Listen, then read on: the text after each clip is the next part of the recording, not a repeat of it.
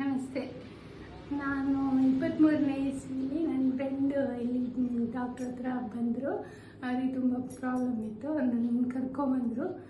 ನಾನು ಇಲ್ಲಿ ಬಂದ ತಕ್ಷಣ ನನಗೆ ಫಸ್ಟ್ ಡಾಕ್ಟ್ರು ಅದೊಂದು ನಾಡಿ ನೋಡಿ ನಿನ್ಗೆ ಇಂಥದ್ದಾಗಿದೆ ಅಂತ ಹೇಳಿದರು.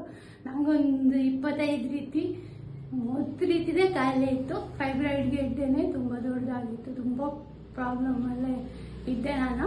ನನ್ನ ದಿನ ಕಳೆಯೋದೇ ಕಷ್ಟ ಹಂಗಿದ್ದೆ. ನಾನು ಚಿಕ್ಕಮಗಳೂರಿಂದ ಬರೋದು. ಇಲ್ಲೊಂದು 10 ನಿಮಿಷ ನಡ್ಕೊಂಡು ಬರಬೇಕು. ಅಲ್ಲಿ ಡಾಕ್ಟರ್ ಶಾಪಿಂಗ್ ನಡ್ಕೊಂಡು ಬರೋದು ಸಹ ಕಷ್ಟ ಇತ್ತು. ಅದು ಒಂದು 2 ಸಲ ಟ್ರೀಟ್ಮೆಂಟ್ ಆದರೆ ನನಗೆ ಫುಲ್ ವಾಸಿ ಆಯಿತು. ಲಂಗ್ಸ್ ಎಲ್ಲ ಫ್ರೀ ಆಯಿತು. ಉಸಿರಾಟ ಸರಿ ಹೋಯಿತು. ಎಲ್ಲ ಸಮಸ್ಯೆನೂ ಸರಿ ಹೋಯಿತು. ನನಗೆ ಇಲ್ಲಿ ಖುಷಿ ಆಗೋದೇನೆಂದರೆ ಮಾತ್ರೆ ಕೊಡಲ್ಲ. ಬೇರೆ ಡಾಕ್ಟ್ರಿದ್ದಾಗ ಹೋದರೆ ಒಂದು 2,000-3,000 ಮಾತ್ರೆ ಕೊಡ್ತಾರೆ. ಆ ಮಾತ್ರೆ ತಿನ್ನೋಕ್ಕೂ ಆಗಲ್ಲ. ಹಂಗಾಗ್ತಿತ್ತು. ಇಲ್ಲಿ ಟ್ರೀಟ್ಮೆಂಟಲ್ಲಿ ನಾನು ತುಂಬ ಖುಷಿಯಾಗಿದ್ದೀನಿ. ನಾನು ಊರಲ್ಲೆಲ್ಲ ನಮ್ಮ ಶೃಂಗೇರಿ ಅಲ್ಲೆಲ್ಲ ಹೇಳಿದೆ.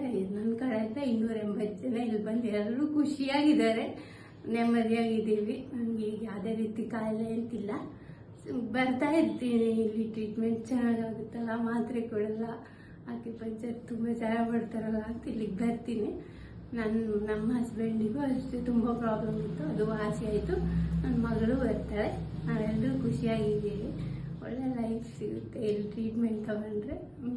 ದೇವ್ರ ಥರ ಅನ್ನಿಸ್ತಾರೆ ಡಾಕ್ಟ್ರು ಮಗಳು ನೋಡಿದರೆ ನಮ್ಗೆ ದೇವ್ರ ಥರ ಅನ್ನಿಸ್ತಾರೆ.